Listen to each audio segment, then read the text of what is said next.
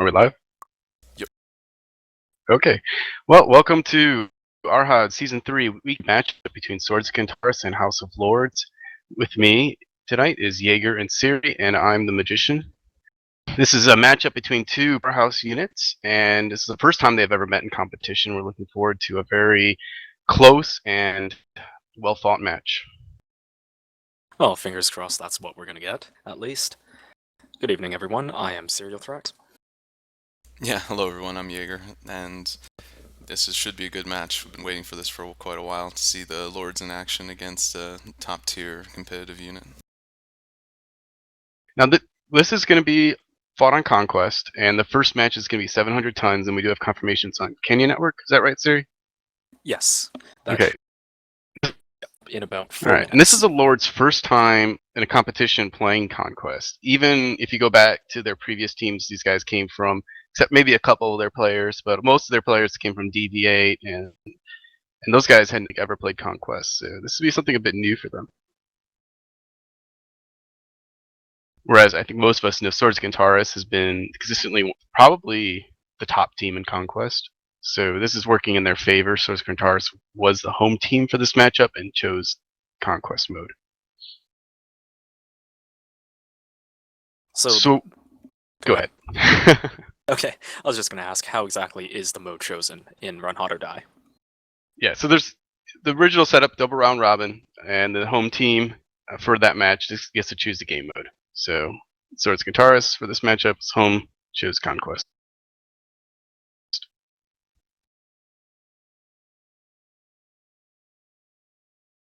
Now, right now, Lords are currently 2-0. They have a victory over Remnant, and then the forfeit win over Digirev, drop 1. Swords of Kentares enters this match also at, well, they're at 1-0 because they had a bye in week 1, and their win was over QQ Mercs. But Swords of Kentares also comes in as the second highest ranked team. Lords is currently ranked number 10, but I think most people understand that's pretty much because they've only had one actual match that's counted on the current ranking system. And just because it's Conquest, you definitely shouldn't count them out. They've been practicing in the 12's queue across, all 3 of the modes, and even if they're not completely familiar with it, they have some hot hands and hot shots on that team. Canyon Network is a good one too because that is a smaller map, which means points does come into play, definitely comes into play on capping points, but it's not as vital as some of the, maybe Tourmaline would be. So a standard assault play can work for most part. However, it is also a map with you have Theta in center, and people go after Theta, and it can really revolve around how you're trying to capture Theta or control Theta. And we might get a quick engagement around Theta, or we might see a longer term engagement, maybe with a few mechs capping the side caps and leaving Theta open. And both teams in the past have shown that they are comfortable going for an early engage. Do you think that either team has an incentive to play to the cap game? My personal opinion is that Swords of Kentares would be favored if they try to play a little more of a game because they're more used to the timing on the cap, how long it takes for points to go up, and when you can apply pressure with base caps, and when you need to be prepared to be attacked. So I think if Swords of Kentares tries to play a much more tactical match, they're going to have an advantage in Conquest. If they try to play a more straight up match, then it's going to allow, I think, Lords to be more into this match. Yeah, Conquest is definitely a mode which you can get away with not playing to the objectives on a small map like Canyon Network. But if we see any larger maps, playing to the objectives is definitely very important, and you got to keep moving. You can't. Neither team can afford to stay static. So 700 tons, we're going to see probably several assaults, maybe a couple heavies, some mediums, and lights. But you're be pretty heavy.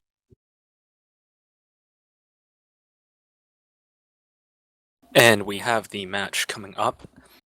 On SWK's side, we have 3 Jenner Fs, 2 Jenner Ds, 2 Shadowhawks, 4 Victors, and a Highlander. So that's 5 lights, 2 mediums, and 5 assaults. Lords has 4 assaults, 3 Shadowhawks, and I think some Jenners. They catch it all. They have 5 lights, they have 3 Jenner Fs, and 2 Embers.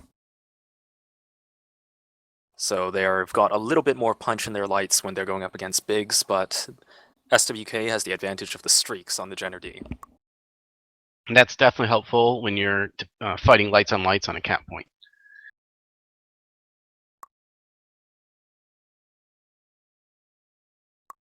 Early on, we see those Shadowhawks are pushing out in front, and it looks like they are skirting the right side, but they seem to be aimed towards Theta. It looks like Lords are pushing very aggressively to take Theta, hoping to draw an early brawl, and like you said, not take it into that late cap game. SWK is sitting a bit more further back. They've taken up their right-hand ridge, and are just trying to throw some shots in at the Lord's lights. And SWK has chosen to take Epsilon, which at least make them be an equalizer on cap points, and they have mechs, I think, towards the Kappa side, so they'll be able to help defend that side and maybe just keep it a 2-2 cap. Now that they have Theta, the Lords are moving aggressively towards Kappa on the left, and that could, if SWK gets too close, this could be a quick engage, as they are already halfway up pushed that side. Yeah, they have their assaults and heavies there. They're using arty strikes to help defend Kappa, and they'll be able to probably keep it fairly well defended. Swords Really Lights just arty are strikes at this away point. capping Epsilon right now, while the Lords will have their entire force with them if they do try Swords to Lights engage. just came back to Theta. Looks like Swords might be thinking of doing Theta, I'm not sure. The trouble right now is that with arty strikes up, in order to decap that, they're going to be baiting that. The assaults for SWK they seem to be falling back. And they may be going for a 3-point hold with Theta, Epsi, and Gamma. It looks like they got hit fairly well with the arty strikes, but you see Lord's assaults now are sitting back, and those Kappa hills in C4. It's a pretty good setup there. They probably have a little bit more cover that they can use than Swords Kentares does right here. Yeah, SWK is having a tough time getting all of their assaults into the fight at the same time. Right now, there's just a minor advantage on points to Lords, just 20 points ahead. Easily countered, but it is something you have to keep in mind as the game goes on. And Lords is pushing up a little bit close with their assaults. It looks like they might be trying to force an engagement here. Only a few Shadowhawks there, I guess, are with the assaults. Not sure how many of the mediums are there, but they're going to want most of their mechs there if Lords pushes on them. But Lords is, definitely being aggressive there and hitting Third World in his Dragon Slayer. Well, SWK is dropping back and taking the Delta 3 hill. They realize that they can't get a lot of work done on that right side ridge. The position is just superior for Lords there. Risk right now is that as they're trying to climb back up, they're open for shots. Thankfully, it's at about 750 to 800 meters, so that they're taking reduced damage at that range, but it's still See Third World at 60%, PSU at 82%, Raverick at 89, and Imminent 93, but he's fresh. He just lost that left arm. So a couple of mechs okay, but they don't absorb as much as Highlanders. Swords are moving into D3, it looks like, to set up their lights to finish capping Theta, provide defense, and then they'll be able to control 3 points from this location. Yeah, the assaults have now gotten them as a pretty well defended position, but they've chosen to move out from that position and continue with the rest of their mechs. But now they're going through a bit of an open area. Have to make sure they don't take too much damage. Well, the SWK lights have actually hit the left side because they saw that the assaults, the Lord's assaults had pushed up and away, and so there was a bit of a light brawl there, but nobody actually went down.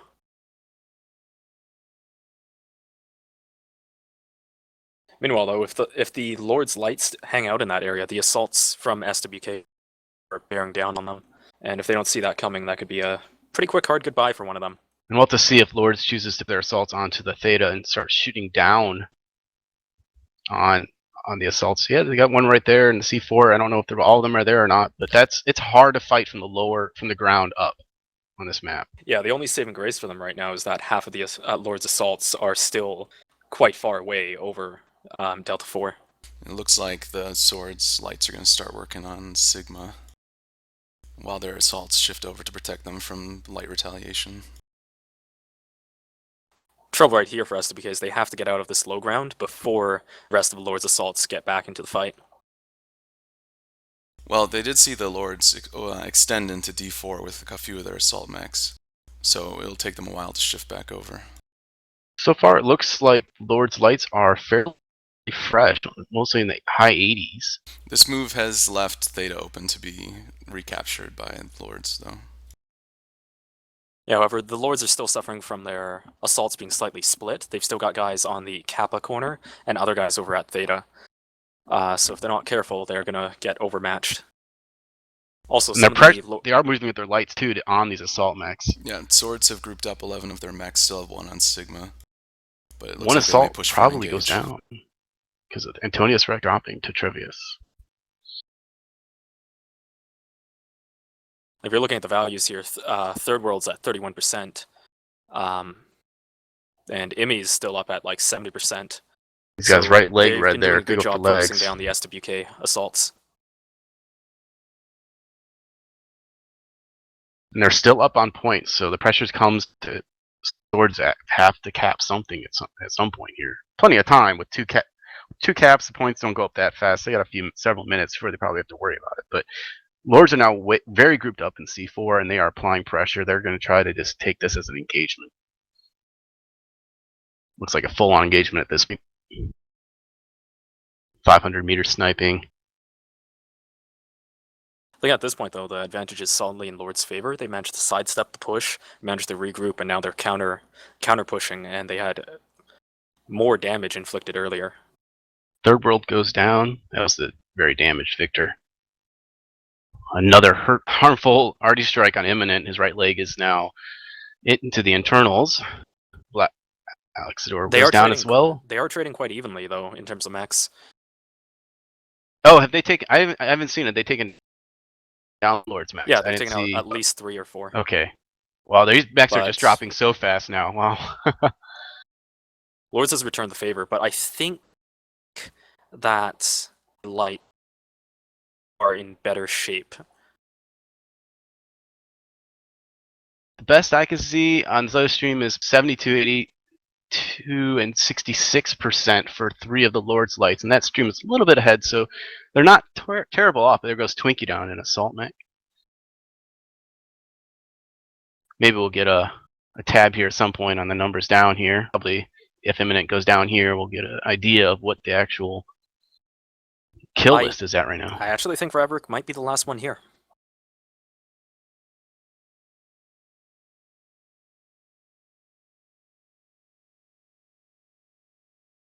Yeah, I believe so, because that was the first one it went to. And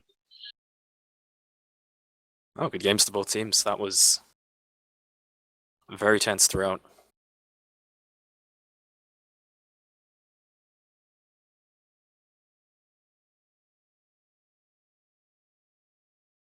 Trevellius and Burrs look to be the heroes of the Lord's side, with 550 and 600 damage each.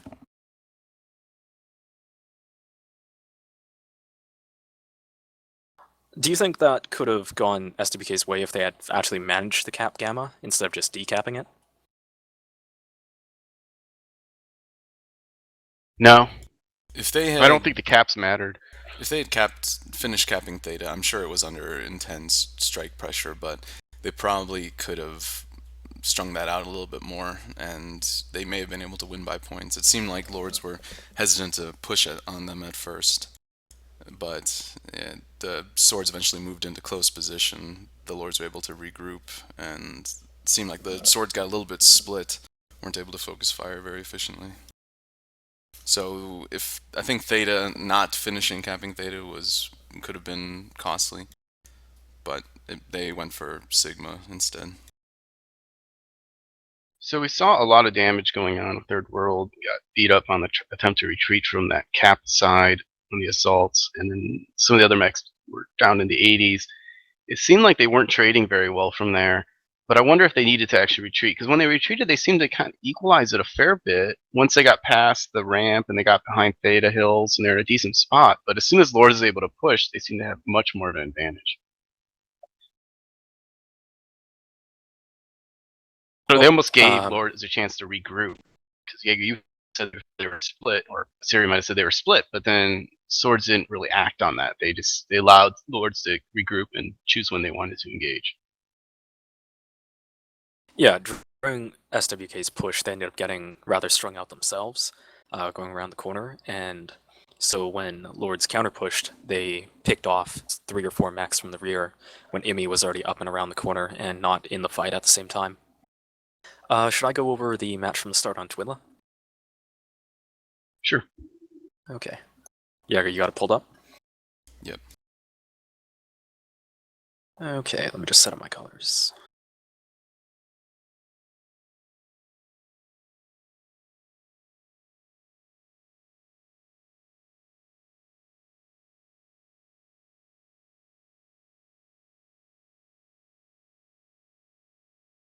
So before you get into it, one thing I want to discuss a little bit later is the use of Dragon Slayers versus the Highlanders.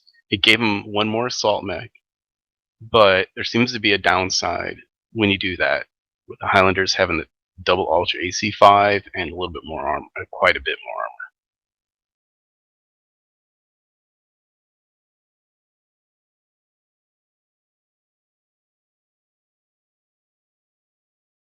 Yeah, I don't know. I've only been playing the Victor for a short while. It's been fun, but it feels potent, but it's still not quite the same level of firepower that you get out of a Highlander.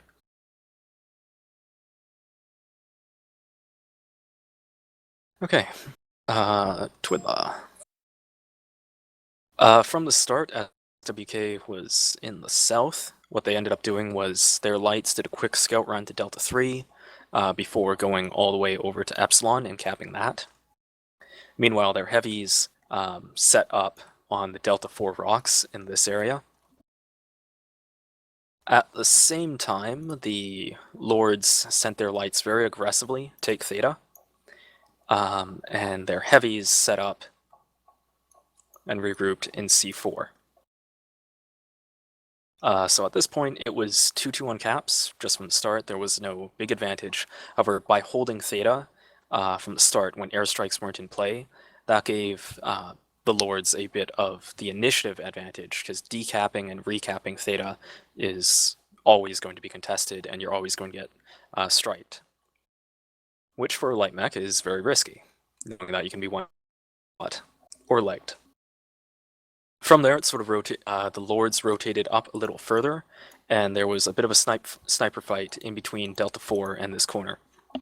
However, because the WK was grouped in one area with only like 2 rocks for cover, it was very predictable where they would be popping, and so I feel that Lords was winning the sniper engagement at this point. At the same time, their lights had come back and they were capping Kappa.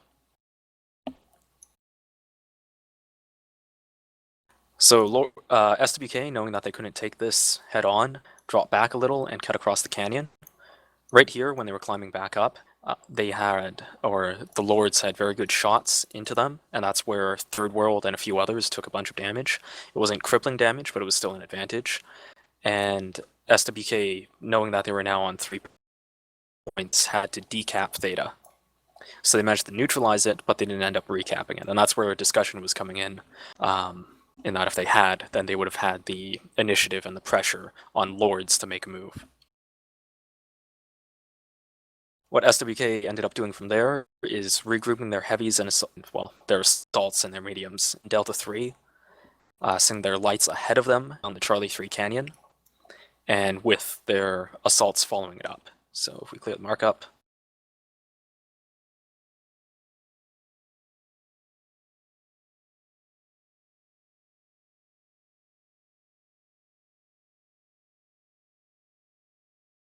the Lords were still holding the corner here, a few guys here, and they had Kappa and Sigma.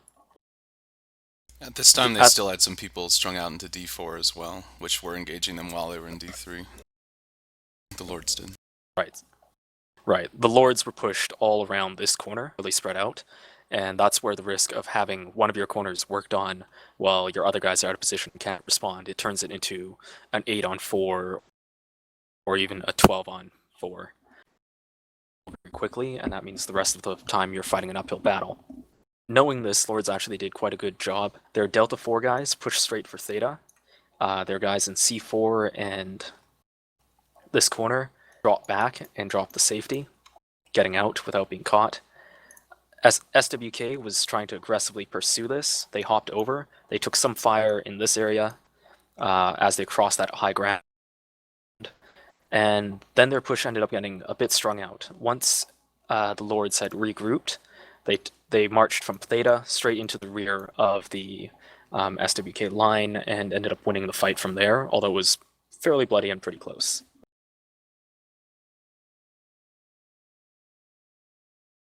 We have confirmation that they have gotten a hit. The match will be in about 5 minutes. I do not know what map it is. I am trying to find out.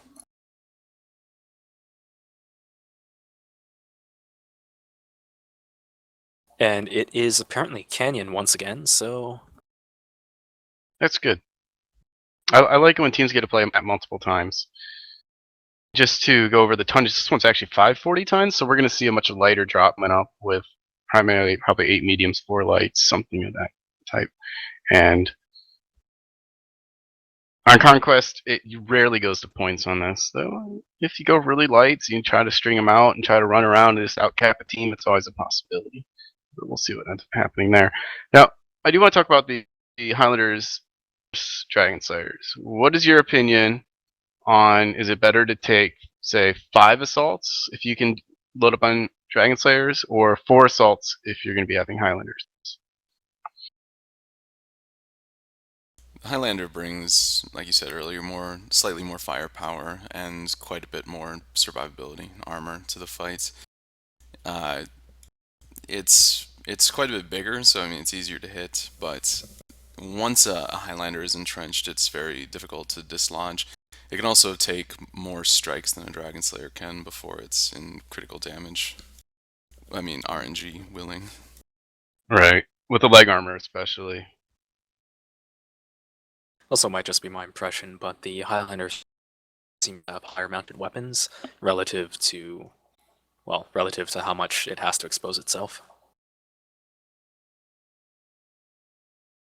It is slightly higher. I haven't had as much problem with the Dragon Slayer as with the other Victors. Dragon Slayer does shoot fairly well because its head is, I think it's because its head basically is fairly small. Like that whole upper torso area is fairly small on the Victor, so you're able to get away with it a little bit more.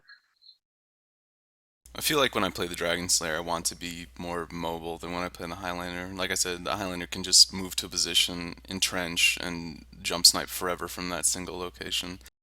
But the Dragon Slayer doesn't seem to excel at that as well. It can't trade shots with a Highlander.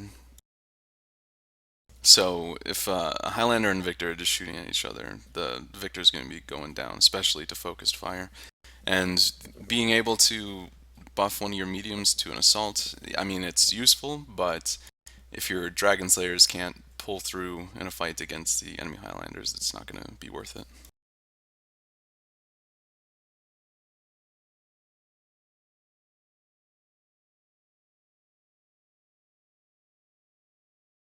Okay, so again, 540 tons, mediums. I'm expecting to mostly see Shadowhawks and Jenners. Maybe a couple 50 tons or a couple Blacks mixed in there. I'm not really expecting. I'm not expecting too many lights and heavies or assaults mixed in like 228 has done. I think that it's a little bit too risky on Conquest to put on those big heavy mechs where you have a lot of medium mechs that can easily get onto your assaults and kill them.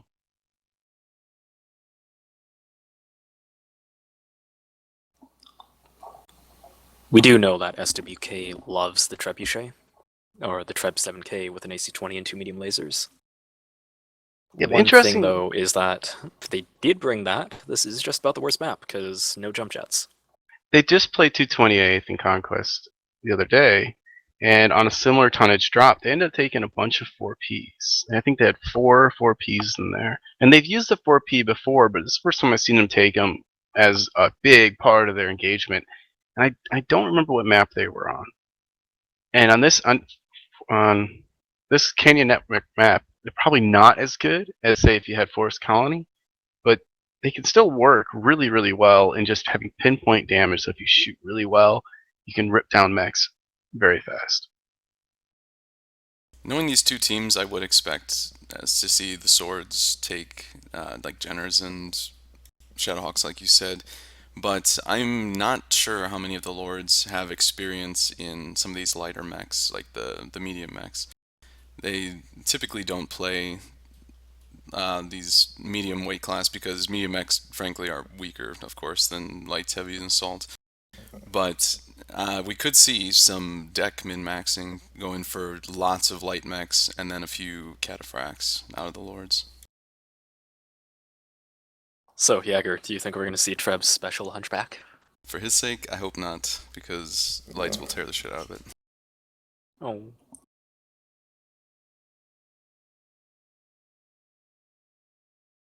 But if they don't, he'll wreck them. Yeah, that'll be it. It could be a possibility they could try doing, especially Looks if they like- had a map, certain maps that work well. Hold up, we have the drop. It is 4 Jenner Fs, a Jenner D, 4 Hunchbacks, 4 Ps, and 3 Shadowhawks for SWK. I'm about 6 seconds behind you. Alright, it was a gamble to go with the 4 Ps. They got Canyon against. That's not going to be in their favor. Mechs without jump jets have a very difficult time playing on this map, especially in this light tonnage when you need to be maneuvering quickly. It looks like they're going to go for a very quick engagement around Theta. Yeah, they're going to try to use their ramp so that they don't have to worry too much about climbing these walls and slowing it down. They're just going to push around the side, go up the ramp, and just hope for an engagement there. The 4 Ps are pretty fast, so they're able to get there. Looks like the Jenners are leading the way. It looks like they are PCAC 20 Shadowhawks. A couple Jenner Fs.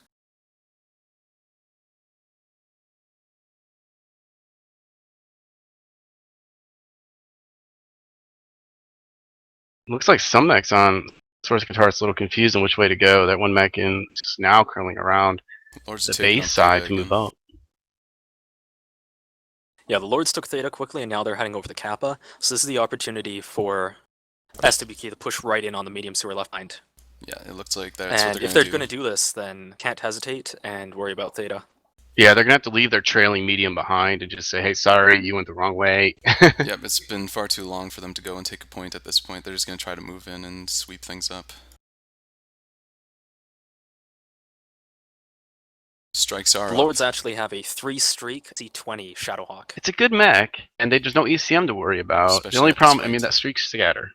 But the slower speeds, it's okay on this map. At this weight, it's okay as well, because the streaks can damage mediums and lights alike. SWK's lights have got into this brawl a little before the mediums, so they may have overextended early. SWK is just now bunching up for their push and getting into the fray of it. But they have guys a bit scattered and not even in it. Some guys still by Yeah, they're not pushing very aggressively over. And Imminent took a set of damage on his legs, jumping over and just seeing like 10 mechs staring at him. He's just trying to get away and regroup now. There's one Shadowhawk legged from the Lords. See a triple AC5 Jaeger mechs being used by Lords. Very interesting to choose that. Hard to hit lights and mediums with that thing consistently. Yeah, 3 AC5, not even a triple ultra. Not a build I would have expected to see. No, he's legged, damaged, probably ammo explosions. Yeah, he's ammo explosion died. There, so we see one kill down, and then another kill from Lords, another kill from Lords. Yeah, and these light drops, going for legs is a very valid tactic. So now So that was SWK's got the Arn high Kierden. side, which is not that great for the Hunchbacks. They can't shoot down that well. No, and it's just by holding up top, they're allowing the enemy Shadowhawks to stay out of minimum range on their Shadowhawks. Imminent's been legged by a stray strike. Like, I'm gonna be honest, I think they botched this push. Yeah, I think they need to push down around the right side here now while these Lords mechs curl around the left side. You're also very vulnerable to these continued arty strikes as you sit up here, because you are just kind of standing still. There they do manage to rip Jenner fairly well there. Shadowhawk from Lords Looks like coming out Imminent's the about to take another backside leg, strike. but he takes on Imminent.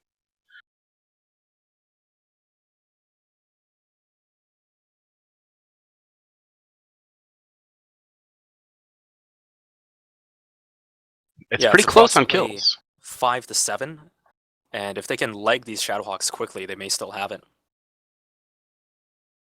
Gotta move though. Can't stand still too much. He's almost lost basically all his weapons. And there they go. So you see, they took some of those. Lords took the 4Ps as well, mixed in.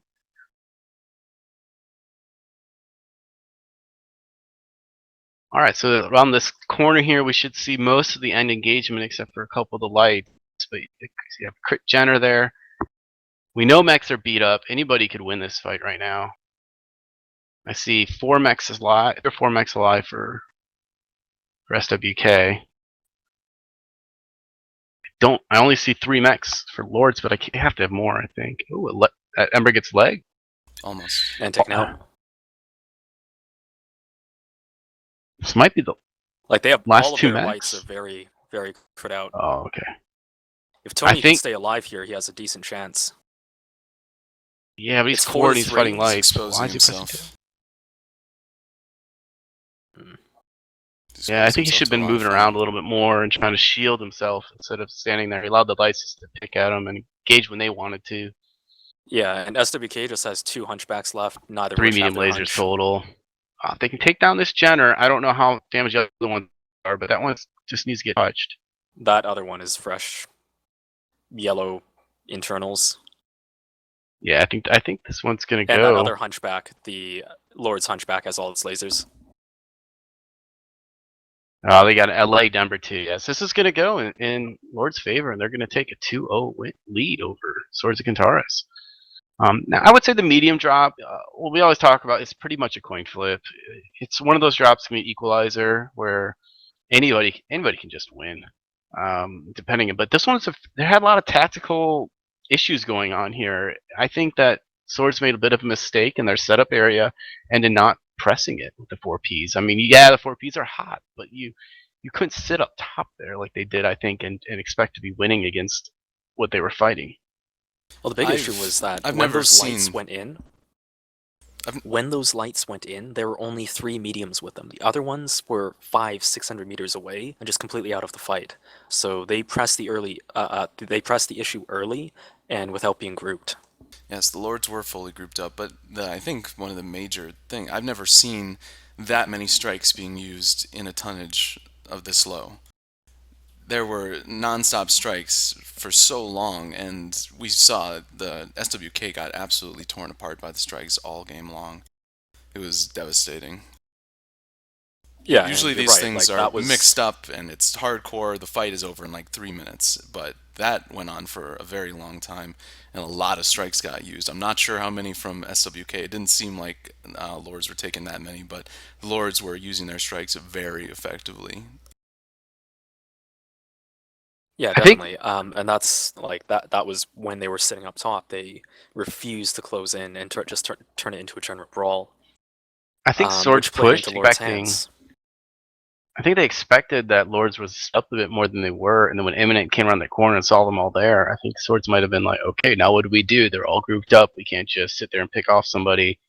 And now they're at the high ground. They were a little bit strung out, and they just couldn't finish what they had started on that movement, and it allowed Lords to pretty much dictate the pace of that engagement and use the arties, as Jaeger said. Well, I mean, fit-wise, the big reason why you don't want to just be sitting there is the Lords had triple AC5s, they had AC20 PPC Shadowhawks. Those builds love it when you just sit there 200 meters away. They're high DPS. The way to counter that is getting right on top of them, especially the AC5s, making it so that they have to be circling around for a shot, and they're not taking full advantage of their DPS.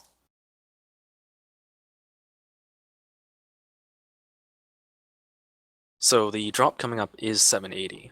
Lords is up 2-0. As SWK, needing to reverse sweep, what's on your mind? They need to take a good position with assaults this next game. They can't take the early damage and early arties and be not dishing it out. I'm not sure. They need to be aggressive and push on Lord. Yes, they do. I'm not sure if they let it turn into a standoff fight like they did the first match on Canyon Network. I think the Lords will pick them off again. They either need to push very aggressively or try for a scenario win and just win on points. I don't think they can win at range with the Lords. That's a good point. They could try to really stack up assaults and lights, go pretty much an assault light split.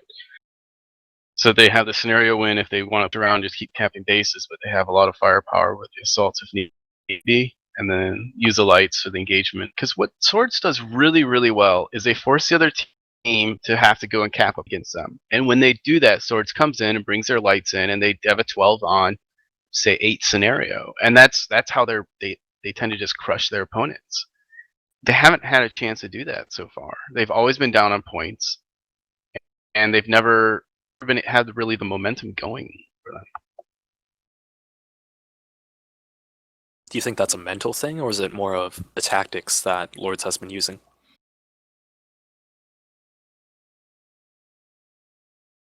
I think it's just it could be a mental thing. If they're, the thing about Lords, nobody knows too much about them. People have played against them a little bit, played against them in the opens and stuff. We don't know how are they going to play tactically. So maybe Swords came in here thinking that they're going to win the tactical game on Conquest, and they could play it a little bit slower.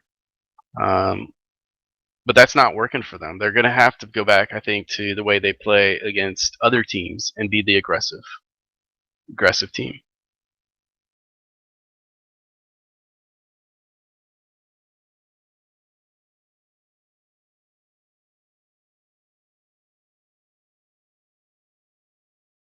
Now, when you get these heavy tonnages, this is 780, so that's pretty heavy.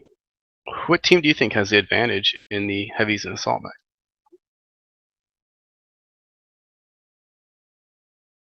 Like I said earlier, I think the Lords will have an advantage in this heavyweight if they try for a straight up fight. Swords are going to have to do some maneuvering or get a very aggressive push, not strung out like they have for the last 2 matches. And that's really been, I think, their primary problem is their pushes have been strung out. They're only having a few mechs enter the fight at once. And in this last match, it definitely could be because it's Canyon Network, and it's difficult for mechs without jump jets to maneuver.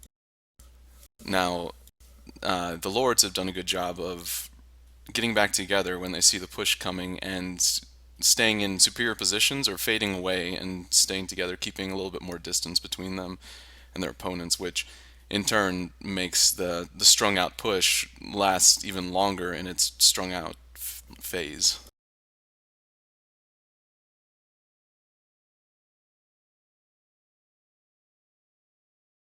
Also, it seems like SWK's lights have been getting thrashed pretty hard. They're not surviving to the end of the game, which has costed them quite a bit.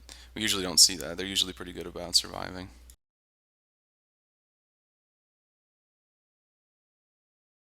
Yeah, in that last match, they definitely jumped the gun, and were not expecting the heated welcome that they received. The first one, they did last longer, but there hadn't been enough damage done for them to be mopping up crit mechs. I think there was still 1 or 2 Highlanders that weren't really into internal armor, and the Lord's Lights did a good job of holding them off, and they eventually got mopped up. In the past, I would say Swords Lights have done a really, really good job at getting behind mechs, coring them out, or just otherwise being very effective in a Conquest match. So far, in the second drop, light, hard to say. That first drop, their lights didn't really. They had damage. They had one person with 500, I think, another person with 300 something, and they just had fine damage. But I don't think they had the impact. They didn't force the engagement. They didn't put a lot of pressure on the Lords. They didn't get behind their assaults and take them out. From what I could tell, maybe going back and watching it, they might have done some of that work. But just facing Swords the number of times we have, I feel like their lights have always been a huge part of why they're so successful. And I haven't really felt that watching these ones so far. Well, from the first round, I feel that if the SWK heavies had actually gotten into an engagement instead of chasing a ghost that just kept running away, like they were on that left with that push, because the direction they were headed, there was nobody. The people there managed to get out and not get pinned down. If you can get into that pitched engagement and actually pin the enemy down, that's when the lights can start really getting out of hand with rears. If you're not forcing the enemy heavies to have other things to worry about, i.e. your own heavies, then the lights, they can try and make something happen, but they're probably not going to win a straight-up fight against an assault lance. So thinking through the maps, you have ones that are similar to Canyon in the fact that you just don't necessarily have to play a quick point race, such as Forest Colony and River City. So I think those are two maps as well that Swords might not want to see. They might want to see a map more like Tourmaline, or especially they're very good on Crimson Strait. They play Crimson Strait Conquest very well, and I think that they would love to see that map come up.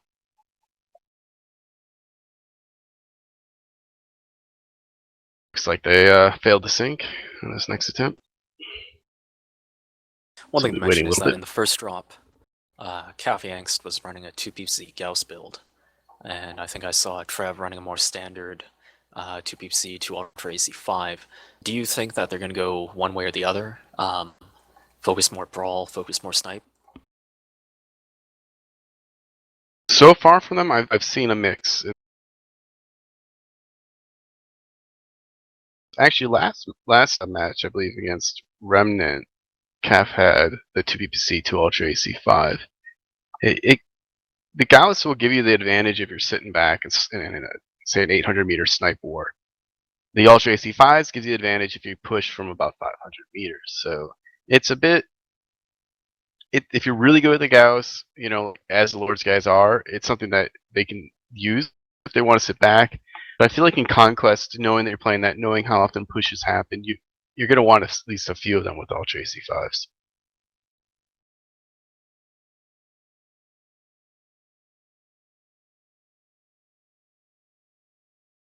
One thing to note about the Gauss is that at about its effective lethal range is much higher against lights than an Ultra AC5's, because its projectile speed is much faster. If they do end up bringing Gauss, the Lords are good enough to be hitting lights at 500-600 meters with the Gauss semi-reliably, and that's a good 15 damage, which on a light is quite significant. Whereas with the Ultra AC5s and PPCs, even if you're a very good shot, the increased travel time at a juke or change of direction from the light will cause it to miss. They also run the ER and PPC Gauss, so that gives them an additional range advantage. I think that would be going far too much away from the brawling potential, though. Like you said, this being Conquest.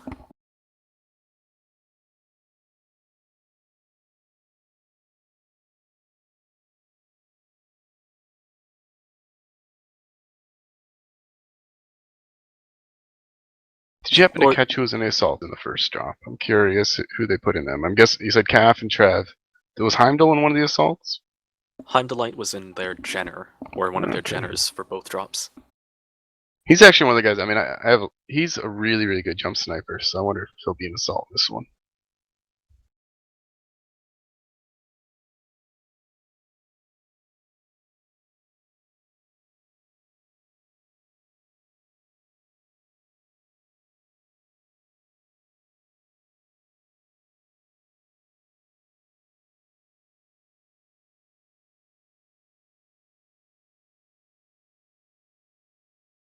So we are still waiting on a sync. They had one misdrop so far. Hopefully they can get out of that and get another match quickly.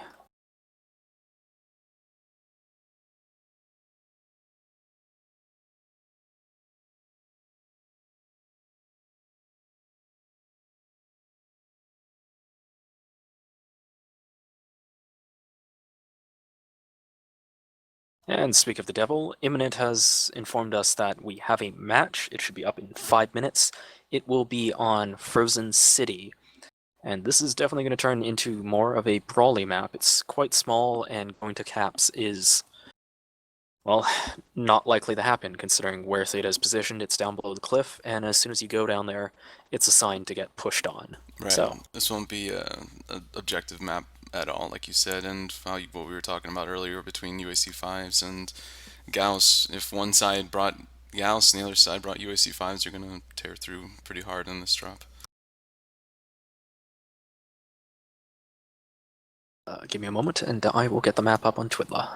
Which map did you say it was? Frozen City. Frozen City. Don't know if it's day or night. Not that it should make a big difference, but So this doesn't have to be necessarily a push, because what this is generally an assault mode style play. So you're right. Scenario win, unlikely. Though, if you do take Theta, you do have options. If you can control Theta, you have options because you can set up a very defensive position like you can in assault mode, say in the buildings or on the other side, and force the other team to have to apply the pressure. So scenario can still have an impact on this, at this tonnage especially, but I do expect that these teams are going to get into an assault style engagement, which is going to be sit back, snipe, use up your arty strikes, and then one team chooses that they're going to have to push one direction or another. That's just generally how this map is played.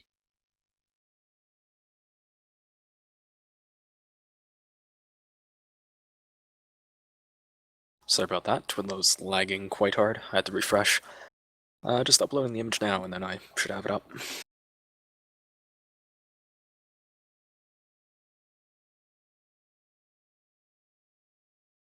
Hopefully it's Frozen there we go. City.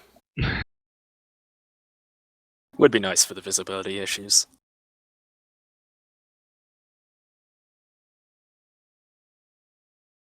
But yeah, as you see here, if you're unfamiliar, Theta is all the way down below this ridge, and as soon as that starts flashing, normally that's a sign for your opponent to think about pushing your force an overwhelming number.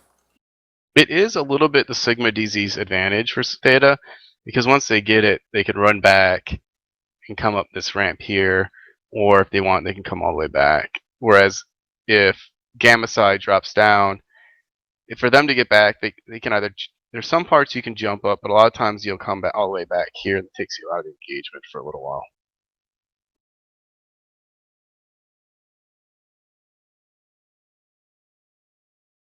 But I expect mostly mechs to be set up. We're going to see fights here. Alright, my color's terrible, I'm sorry. Switch here.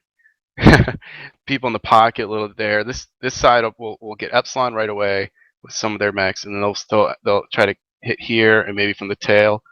And at some point, we'll see if they'll actually try to push around into this area.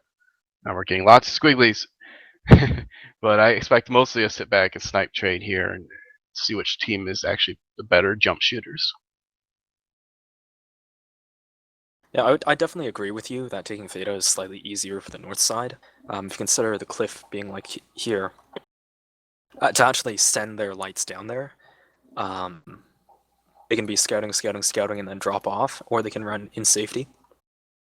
Whereas the other side, they either have to show quite obviously that they're running through the lower city here and then jump down, or like you said, they have to go all the way around, and that takes them out of the fight, slow to respond if there is a push. One option the South DZ does have is pushing their lights basically through the cave, taking Sigma. If you do that, 2 points, or at least draw it even.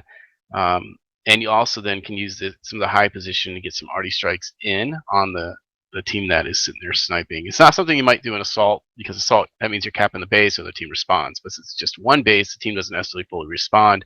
And you also might be able to get a light on light fight. We saw Swords taking Gender Ds before, so they might be looking for a light on light fight, try to use a streaks as an advantage against the Jenners and Embers that Lords has taken so far.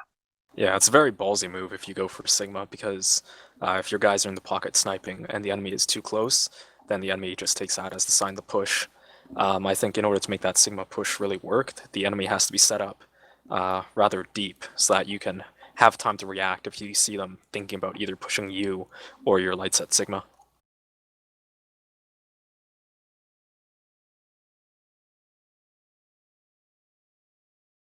And we should have a match any second now.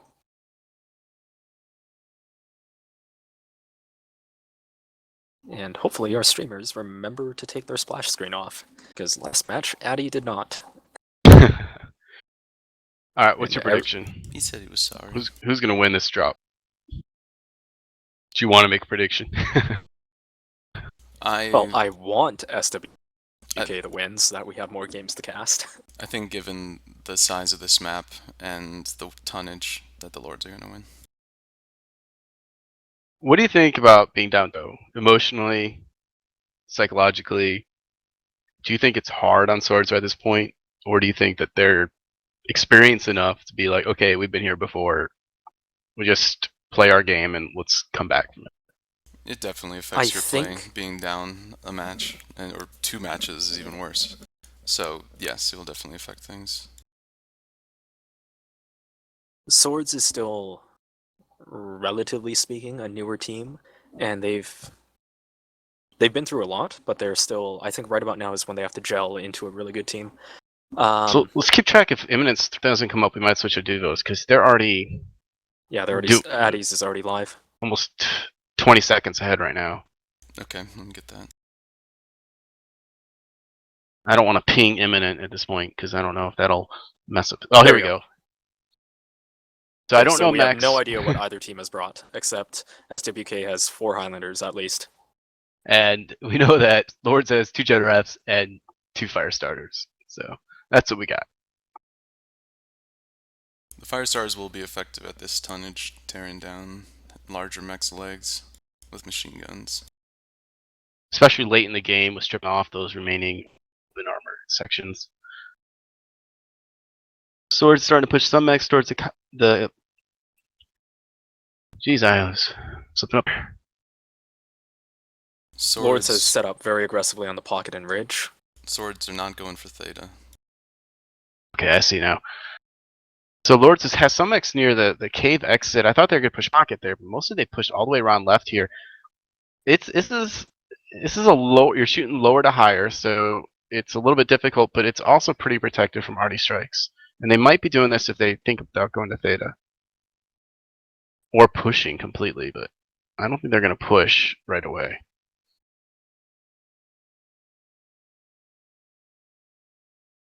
SWK is sending just 1 light, take Theta quickly, and therefore if Lords does not respond, then there's the 3-point hold.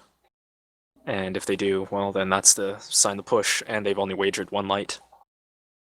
So right now so where Banana Nut is, he has good angles to shoot here, whereas they have to keep watching those mechs that are near pocket and drop ship right to in the ridge area to as well. So this is, I almost feel like Swords right now is funding themselves into a bad area based on how Lords is set up.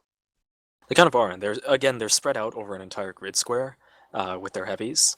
So if they're going to make a push of this, they have to group up and not take too much damage in the next 10 to 15 seconds. Yeah, they may have decided they can't win a longer range pop fight with the Lords, and they're going to try to push in.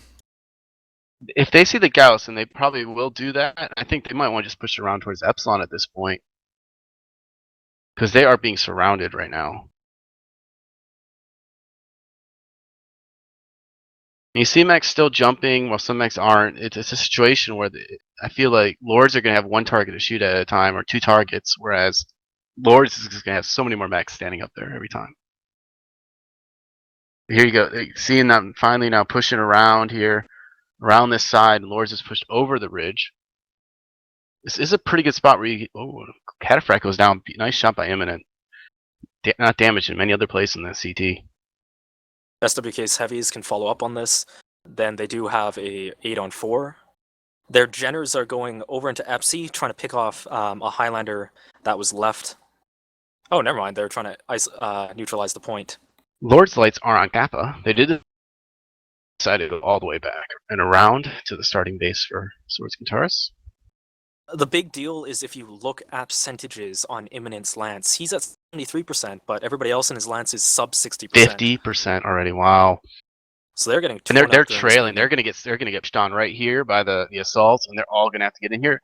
It's possible they might have their lights more in a position to get behind these assaults and do damage, but you see already Lord's lights are into the engagement on the right side.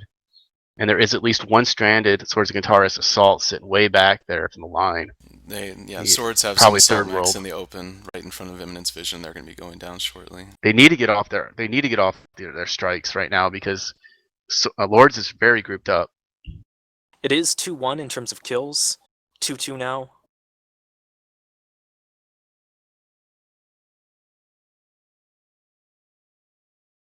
But you already see he But Imminent has Emmett lost his also, arm. he's going to go down pretty quick here, I think, at this push around that side. It's 3-2 even now, on kills, on SWK's damage. favor. I think SWK is way behind on damage. They've gotten their lights into this fight quite well, though. 3-3, 4-3 now, SWK. It looks like SWK has now got a surround on the Lords group. Yeah, they've 5-3. finally been able to kind of contain him. Now they're taking the damage down. If they can get Ryan Steele's right torso Yeah. down, he'll be out of weapons. It looks like they may have over-focused on Imminent here and let themselves get surrounded. SWK's 5-4. lights are doing work. See if Imminent can get this Ember down. It'd be really nice, useful for him. But no, he lost all his Imminent has been weapons now. stripped. At this So it's point, 6-4, At this point, Imminent should be although thinking if about trying to run away and just capping a point if they're not going to touch him. Well, the Ember, it's the lights. They have to get the lights down, and then that becomes an option. The points are still pretty high at this stage of the game. Yeah, if Imi can run away and take Gamma or Kappa. It's about Then- at 2 minutes. If 2 minutes is about when Swords will win on points. They still have Lords 3 capped. At this point, if the Swords lights are still healthy, they could take this to a cap win. 4-7 now, so 7 mechs left. Oh, 6-5. Okay, so now this looks like this is going to actually go in Swords' favor. Yeah, the remaining 2 Islanders are Make it stripped. SWK Yeah, pulled this back. It really surprises me on the early engagement. I think you're right. I think they were really focused on Imminent, and it allowed Swords, lights, and mediums to just surround them And maybe get off the and strikes. probably they really rain down the need. arties. Yeah. Yeah.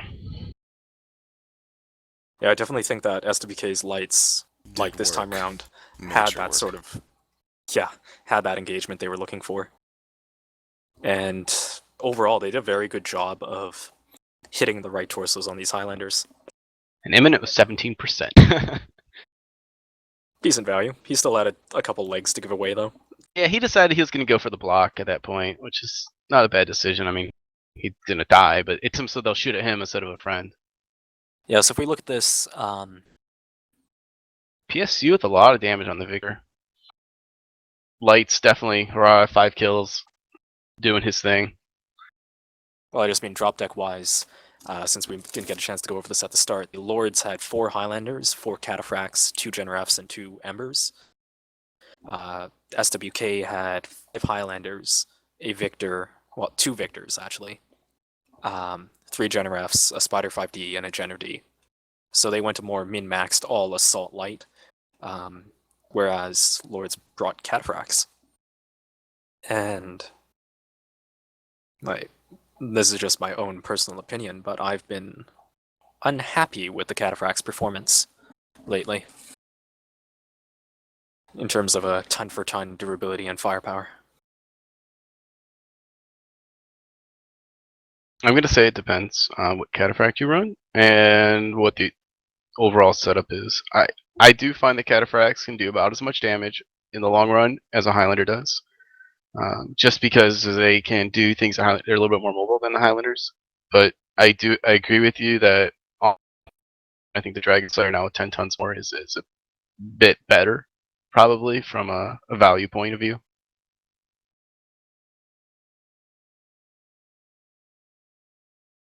Actually, one weird thing during that match was I think Nuclear Weapons, Gener F, lost both its arms. And that's why he was restricted to only 51 damage.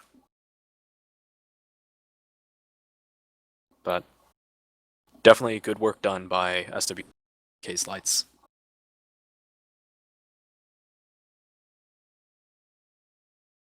There you go, Jaeger. Twiddler's cleared. You want to do the summary, or? No, I'm just trying to get rid of the old stuff. Okay. Mike, do you want to do a summary on what you think happened? Because I'm still... Sure. So we had Swords Guitar started up as Sigma. They pushed and they took Kappa. And then they pushed in this area here. At this point, they started getting a little bit of a sniper fire with... I want to switch my colors here. They took a lot of fire from the Lords popping from the ridge. Yeah, so The whole Lords were way. here, but they also had a mech here. And this allowed for basically the triangle. So they had this type of a fire, whereas swords was only able to respond. You know, they couldn't respond in kind because it's just they have the broad to the narrow, whereas swords is shooting from the narrow to the broad. In general, the broadside's going to win. So I think that's what swords understood, and they did end up taking theta, I think. So that's how they got the point advantage. At this point, they pushed their heavies and assaults over here, but they're taking a lot of damage, and they primarily parked here, but after flirting with epsilon. Now at this point, we saw that the Lord's lights were at sigma. So the Lord's lights were out of the fight for a little bit, but they did return, I think, when the main engagement started to occur. But what really went for the Sword's advantage is their lights came up here, and all of a sudden then the Lord's mechs were all in this area here. And right then they just completely got surrounded. They completely got surrounded. Like you saw on the map, it was like that with swords mechs, and that is just you're just gonna die. I mean, if your RDs are still up and you're able to use them, those mechs, there's not much they can do. Heavier mechs maneuvering in that area, there's not much to maneuver. You're getting shot from your back. Armor's much weaker, and also you did see they were taking 2 PPC Gauss assaults, so those mechs weren't going to track the lights very well. I mean, the Gauss can be very effective against lights, no doubt about it, but when you're combining it with the PPCs, it is a little bit harder to use and have it hits consistently well. So I think that is, at that point, is we just saw them just die. Whereas you did see the assaults, like I think it was Third World got caught back here. It might have been Antonius, I'm not sure, because Antonius went down fairly, I think, first or second, but it just seems like, I guess, what swords, they got caught in that C4, B4 area. They had to push back around. They're a little bit scattered, but they're able to put their other mechs, their lights and mediums, into the fight and end up taking down the Lord's biggest. The primary difference in this drop from the previous ones we've seen tonight is that the SWK lights didn't get picked off early. Swords still got really strung out and pushed into by the entire Lord's force while they were, separated and unable to focus fire. So that was the same. The only difference, like I said, was that SWK's lights got to come into the fight a little bit later and really, really clean up. There was also a bit of a misstep by some of the Lord's heavies. Running the triangle is quite good when you can keep both ends of the triangle safe and firing at your enemy located on the side. But if you don't pay enough attention and that enemy aggressively pushes in, you'll find that the one side of your triangle is out of the firing line, and now the other side is at threat. That's what happened early, was right around the C4 on the numbers, there was 2 Cataphracts and a Highlander engaging most of the SWK force, while the rest of their heavies were back and not able to get good shots in. And I think if that hadn't happened, then they would have, Lords would have been able to hold on to the advantage they had at that point.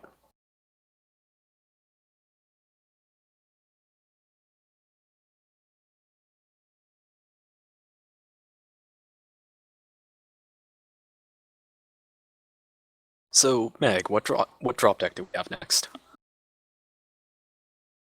620. So that's a good drop deck where you have to really utilize your assaults, mediums and lights. Oh, so it's quite a bit of tonnage based, no class based Well, this week. It is all tonnage based this week. Yeah, none of the class based ones made it in, which I was like, it's kind of disappointing, but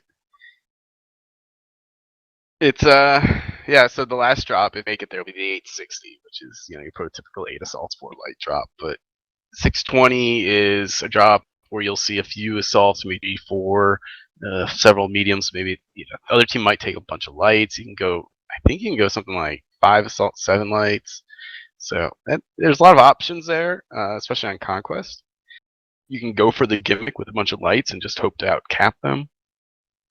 It's not really that much of a gimmick. It is a little bit, because if you get in a map like Frozen City, it might get you in trouble. Frozen City, you can pull it off, I think. There's enough routes around. River City is where it starts getting a bit risky. Uh,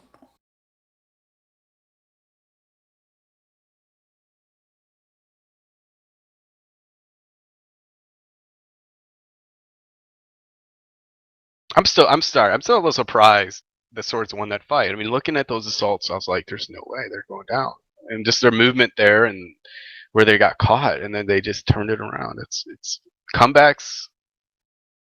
Comebacks happen. Yeah, swords do use their lights very effectively like that. And yeah, at the point that you pointed out in the corner of B4, when the lords grouped up, I think they got hit by a few pretty savage strikes once the lights came in with their strikes intact. The swords assault mechs were already done by that point. They got roasted, so the lights definitely won the game for swords. It was fantastic play by them.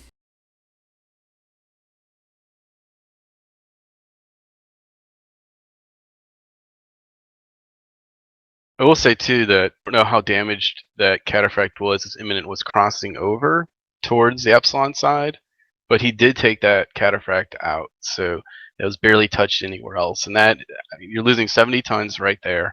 That is a big advantage. Even though they were down on their assaults, you did manage to take something out that could have had all its weapons and could have done a lot more damage, maybe at a certain point in the game.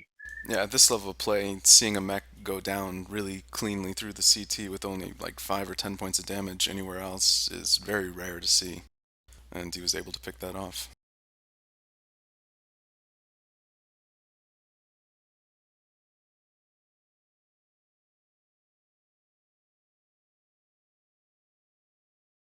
So there should be trying to sink here any moment.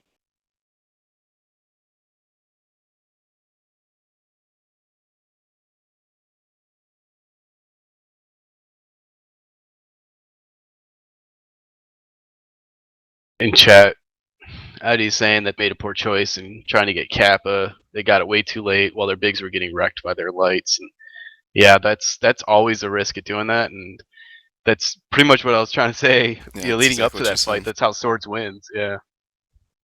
yeah, they weren't going for Kappa though, not Sigma, so it was only the midway point. But even that, just being 500 meters away out of the fight for 10 or 15 seconds, was enough time for SWK to get work done and swing it back.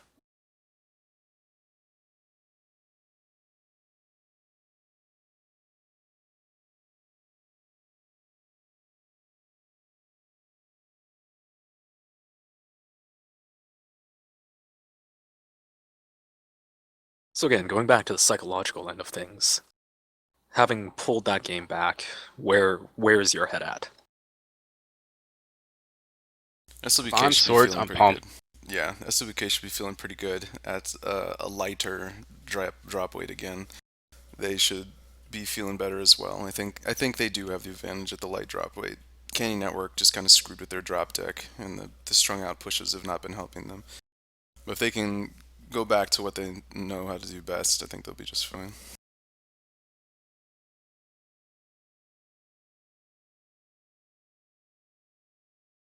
You agree with that, Meg? Yeah. I think that I don't think that Lords is at a bad spot here psychologically. I think that they just have to say, okay, we made a mistake.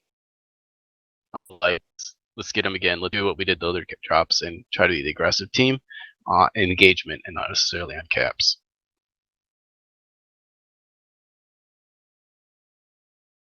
With this being the 620, what do you expect the drop decks to look like? I'm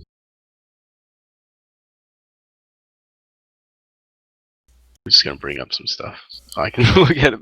At this weight, you can fit a couple assault mechs, and then mostly mediums and lights. So we could see a couple Highlanders out of each side, or Dragon Slayers. Yeah, some options include you could go like 3 assaults, a heavy, a bunch of lights. You could go just a couple assaults and then maybe 6 mediums and 4 lights. You could actually do a crazy drop and try to take 10 Shadowhawks and 2 Durs. I have an important question. Yeah. How many blackjacks can you take? Well, as we noticed, 12 blackjacks is 540 tons, which means you'd still have 80 tons to work with. So if you mixed in Highlanders there, you could take 10 Blackjacks and 2 Highlanders. I think. Is that right? Okay. That sounds about right. We That do wouldn't have be the confirmation. worst We thing. have a hit. It should be up in about 4 minutes. It is going to be Forest Colony Snow. This is a really good map for one for conquest and two for this tonnage when you are mixing in the assaults heavies or in mediums and lights. It's because there's so many ways you can play this map. You can try to go boat, try to control Kappa. You can have the race at Theta and just see what happens there, if people can take it or not before the RD timer gets down. I think this is, and also you have the fact that these bases are always in the same freaking spot, which can actually really change how the map is fought. Like if Epsilon is on cave side, that's a pain in the ass for Gamma, but if it's on the other side, it's much easier for Gamma to control Epsilon and not have to worry about it. Well, this being snow, Epsi is closer to the cave and Kappa is closer to the boat, so they're pushed up from where they normally are. That's true.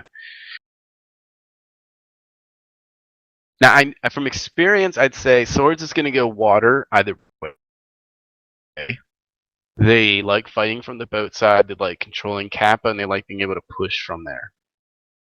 Which means they're not good at that. Anytime I make a prediction, they're never going to do it. Yeah, I'm not sure if going water will be best against the team they're facing right now. The Lords have quite a few good jump snipers, and jumping from inland fighting out to the water may be detrimental for Swords.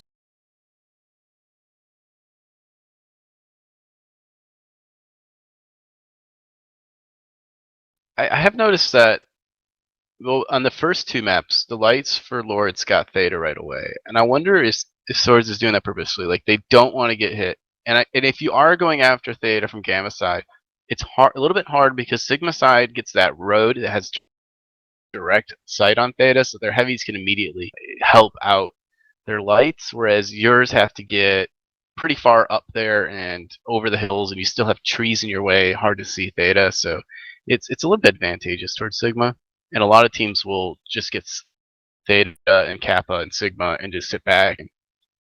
I think if Lords get Sigma side, they are definitely taking Theta. If SWK gets it, I'd give it 50-50, depending on how safe they want to play.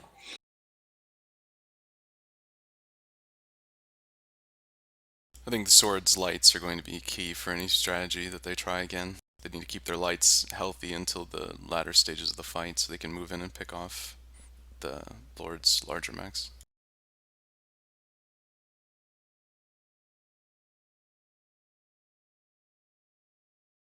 So yeah, Gura, I have to ask this question again. Do you think Trev is in the special Hunchback? The Because this would Hunchback be a time, pretty good map for it. I think he knows better than that. Oh, you're no fun. You know, that actually with this tonnage, it might not be the worst thing because you are going to be fighting lights again in assaults, but not too many assaults. So it's not super aggressive tonnage. It's just one of those in between tonnages that I feel like a mech like that could actually work. And they're talking about 4 ER large. I'll give it away. Oh, If no one's ever seen Trev play that in opens, he takes a 4 ER large hunchback. it's so fun. It's fragile as hell, like quintessential glass cannon, but you can get 2-3 alphas out of it and then go hide for a bit. He could take it, but it is going to be very dangerous at this weight, especially with, the lights are going to be around, and if they focus fire that hunch, 4 lights all shooting it with 30 damage alphas will put it down.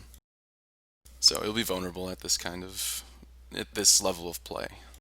It also takes him out of the assault, where I think he is one of Lord's best assault players, and that they'd want him in that.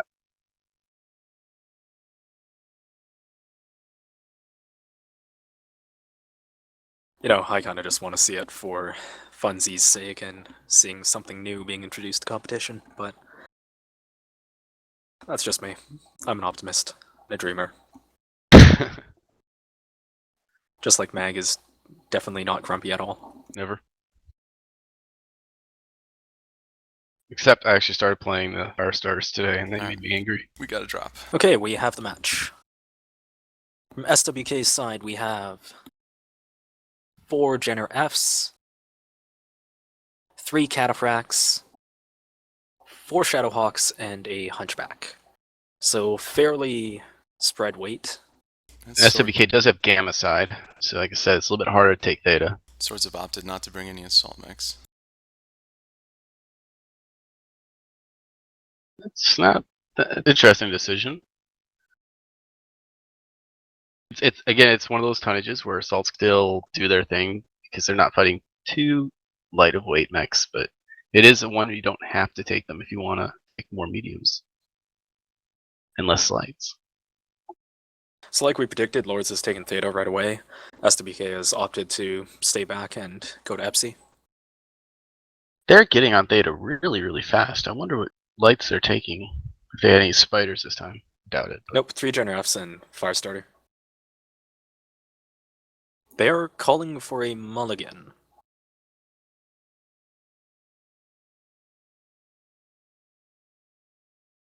You must be a bit ahead of me because I'm just sitting 14 minutes. There we go.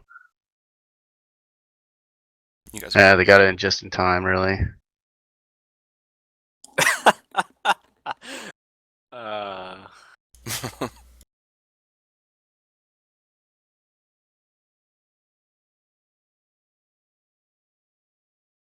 Mag, does it matter what the reason is for the mulligan? They need to play on here because they don't want to stop with this. You want to be playing on something like that because that is a crappy situation. I think that let me say it this way. I don't think that that's a reason that that necessarily a team has to accept again on. That's a mistake. You almost have to live with it unless the team's going to be nice and say, hey, okay, we want a fair, even fight. And so, CAF is telling them to play it. They could challenge it afterwards, which I'm sure I'll get we'll have to talk about it. But yeah, technically any redrops are only allowed for bug-based situations. So okay, so they are fighting it now. It is going to probably be a not quick, a big vicious impact brawl around, I think that's Delta 5, what we call the stage. All of Lords is pushed up. Actually, so that's allowed true. Lords time to really push up. And they did manage to take third cap, and they're capping the fourth right now. So they could put a situation where SWK just has to push. And they're gonna have a mech, probably an AC5 or AC20 mech without ammo, which is not good.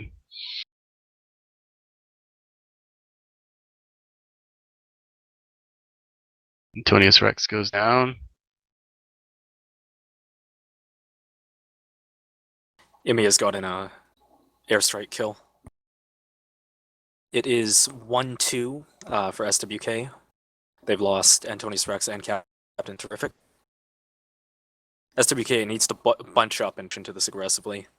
Swords losing a light mech this early is not going to be good for them. They need to hold them out. Third World is stripped as a hunchback. 4P. The lights right now for Lords are fairly fresh, only one at 80%, others in the high 80s or 90s.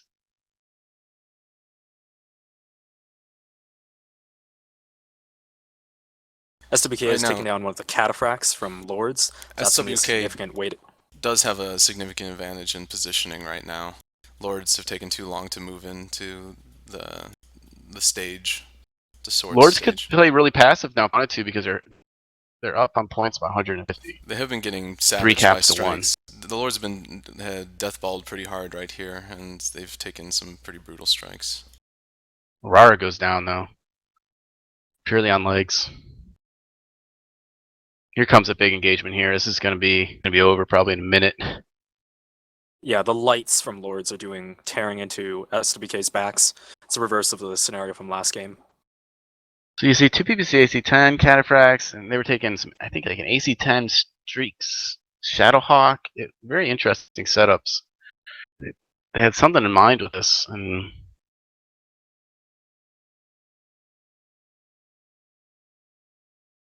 I can't tell where the kills are at all right now.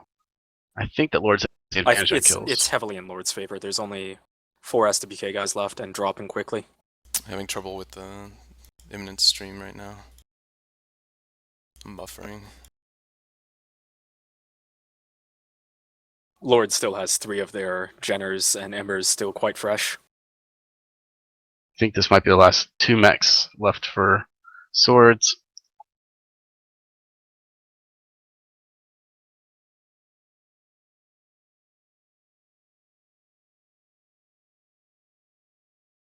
Oh, they got 2 mechs left still. One's completely cored out.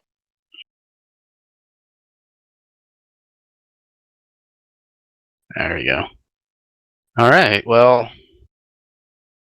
barring the challenge and decisions, looks like Lords has taken it 3-1. Lords went with 4 Cataphracts, 3 Shadowhawks, and 5 Lights. So it's very similar setup. They had one more heavy on the Lord side.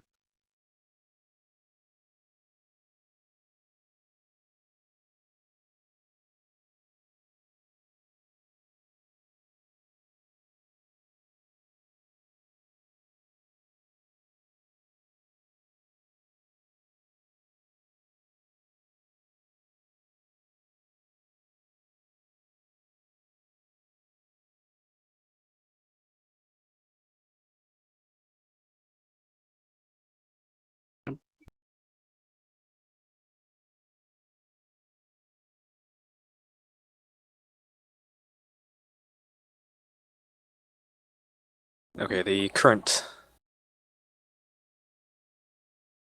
complaint is that the ammo did not save from the mech lab.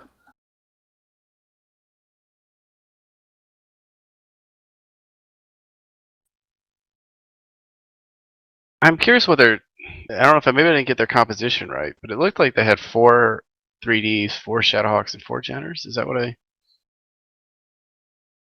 for Lords?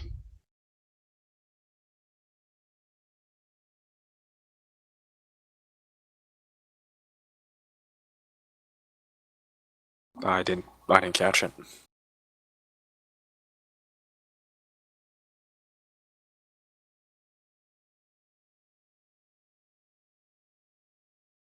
Do you need to referee this, or is it standing? No one's messaged me yet. Oh, here we go. Hold on, I'll be AFK a little bit. So yeah, in the meantime, stand by while we see if the match result is being challenged, because UI 2.0 is so buggy.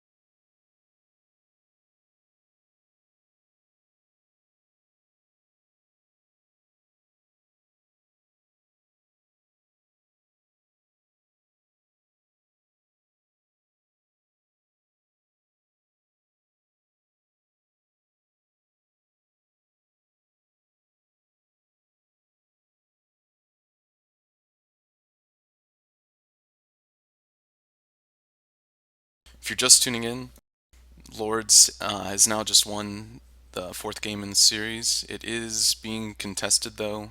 One of the Swords Kentares' pilots did not load ammunition, or it says they did load ammunition, but that UI 2.0 didn't save the ammunition to his mech. So Magician is going to be deciding whether that's a legitimate grounds for a mulligan. If not, Lords will have won the series in Game 4, 3-1.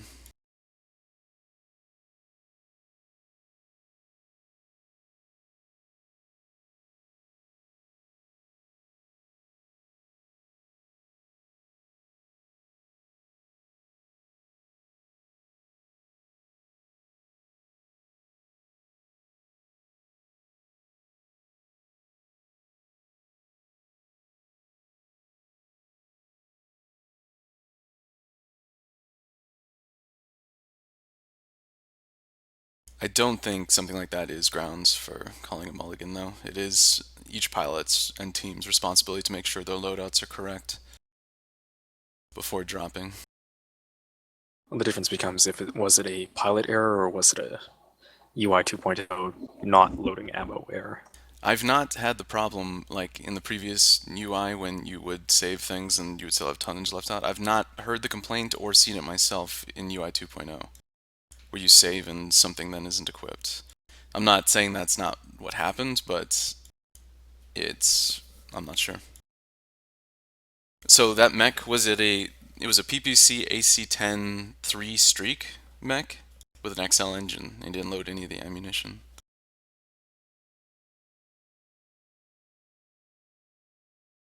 Or UI 2.0 didn't put it in. But I don't think that's going to be grounds for a mulligan. Could have it impacted the game? It probably could have. It was actually pretty close. I think Swords losing too many light mechs too early without doing significant damage was a real detriment to them again. But it could have influenced the outcome, but I still don't think that it's grounds for recalling a game, redropping.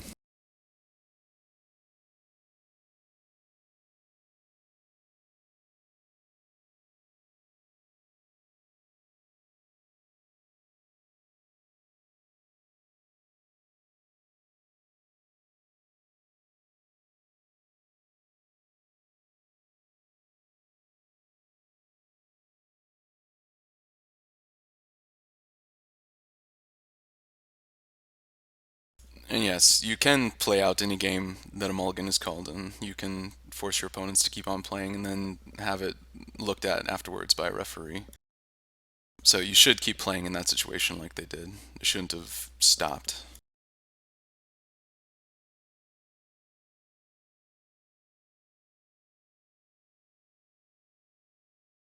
Still trying to read through the known issues to find the exact one that they're reporting. Also, that new warning that they put in the game, that is such a great feature that should have been in the game, of like many things, so long ago. And it's come in handy one time for me. It told me that I had a ton of unused AC-20 in my head one time. I was like, wow, I would have gotten to a game, wondered why I had 1 ton less, UAC-5 ammo, and fixed it the next match. But I was glad that they put that in there. Also, it is the first in-game, digging through the forums documentation of ghost heats in the game, which is about damn time. So I'm really glad they put that feature in. But it should have told him that he didn't have ammo loaded for his mech. Both AC-10s and streaks.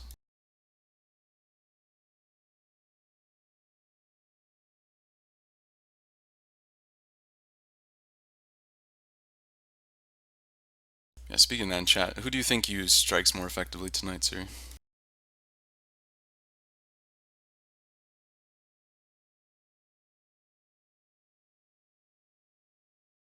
From the perspective of Imminent, it seemed like in the first 2 matches, the Lords definitely were using them far more effectively. A lot of Swords mechs got absolutely torn apart, especially in the second drop. A light drop with so many strikes going off. That's more, probably 3 times more than I've ever seen in one of those drops that Steel Jaguar plays, because it's usually you're up in the enemy's face, Both teams just beating the shit out of each other. And then there's no time for strikes. There's no time and there's no room for it. Otherwise, you'd be striking your teammates. But there was kind of a weird standoff, probably because there were a lot of mechs on the field without jump jets on Canyon Network.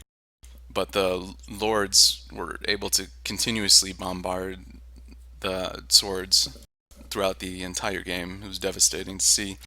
And then I'm thinking on the third match, I mean, we didn't have a really good view of it, but I'm guessing that Lords, once they were all grouped up in Lower City, on Frozen City, probably took a pretty savage strike as the Swords lights pounced on them, which turned that game around completely.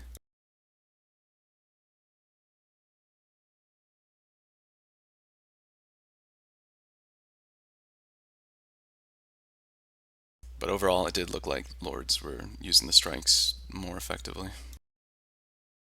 Yeah, I'd have to agree with that, just by dint of positioning, in that the Lords tended to be in areas where they were defensive against strikes and they weren't all clumped. And SWK's movement kind of fed them into strike bait.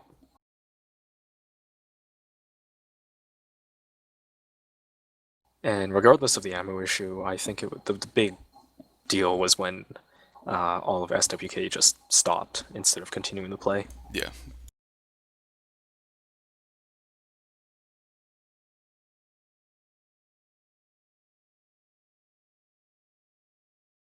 And also, of course, the length it took to call the mulligan.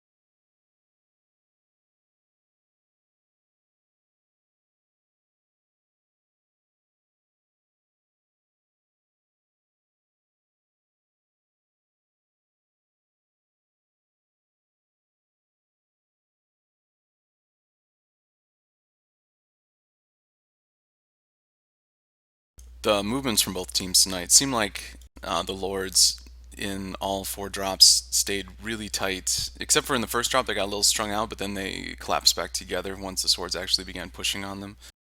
But the Lords stayed very tight, very Deathball style, and engaged a very strung out swords group. The swords continuously pushed, really spread out, 2 or 3 mechs into the fight at a time, not able to get good shots back on the force. So Lords were able to be fighting with 6 to 8 mechs all shooting targets, while the swords were having to shield, and anytime they did expose themselves they would be shot at by at least twice as many mechs. So the swords movement was kind of lacking tonight. The Lords kept it very tight, which ended up costing them, I think, in the third drop, being that tight, but it worked in the other 3.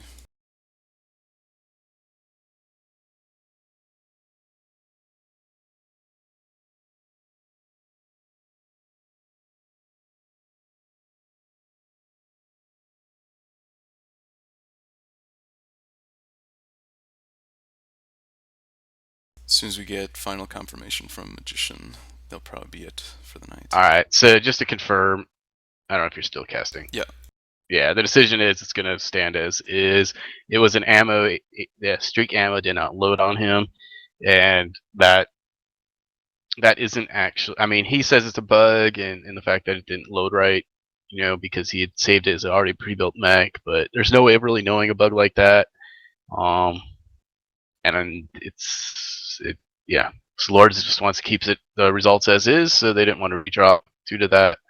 So it's going to stand. With Lords winning 3-1. Yep, 3-1, Lords winning. Was their first big name match, their first major opponent that they've fought in competition so far. We'll see this match again in 5 weeks, Meg? Well, actually, so we can talk about this really quick here. So what's happened is two teams have dropped out in their division, which is Remnant and Did You Drive Drop One, which leaves three teams. So it's not very interesting for three teams to sit there and play each other um, the whole time and having all those buys. So what's going to happen instead is, and we also had 228th drop out of Division 3. So at the end of week 5, they're going to get split up. And based on the standings now, I think there's going to be one more match that gets played before then. I think it's Lords versus QQ Mercs.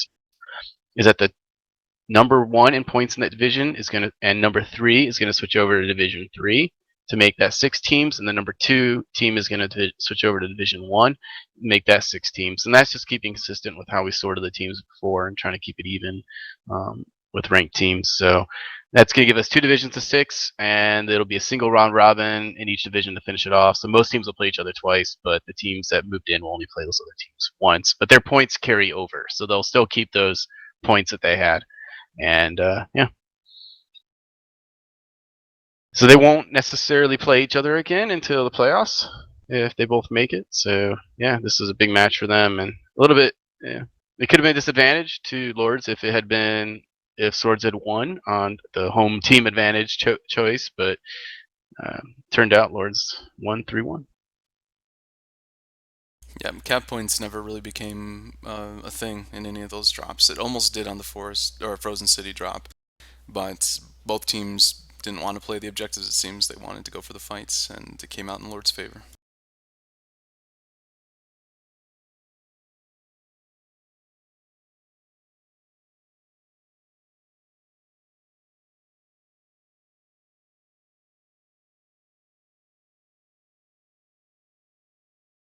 Yeah. All right. So thank you all for tuning in. If anyone else has any final comments before we shut off. Good games to both teams. I was anxiously waiting, watching this fight, and it was a lot of fun to see. Lords are a force to be reckoned with, and it's official now. Again, good games to both teams, and if you would like to tune in to our discussion on the War Room Shoutcast, or discussion, or however you want to call it, Froffle still hasn't told me exactly what the official descriptor is. We're having a discussion about the patch notes and the new rules about clan mech building that were released, I think, about 2 weeks back.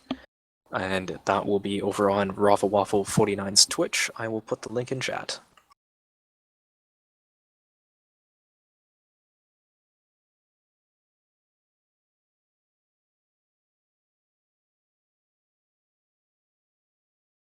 Meg? I don't have anything else other than, okay, fine. Next week there'll be a match. Well, it might be next week or so. Be Steel Jaguar EU versus Black Spikes Mercenary Corp, and they're a very good EU team. So we're looking forward to that one. Also, look forward to some MRBC matches coming out. That league is starting up now. The fixtures are set, so definitely tune in. There's points for teams to stream their matches and record them and post them. So teams, you should be able to catch a lot of those. There'll be some different type of rules. Go to mrbcleague.com if you want to know what's going on there. Alright, and I'll be starting over on my channel as well. Getting a little bit of a late start, but that's okay. And thank you all for tuning in, and have a good night. Good night, everyone.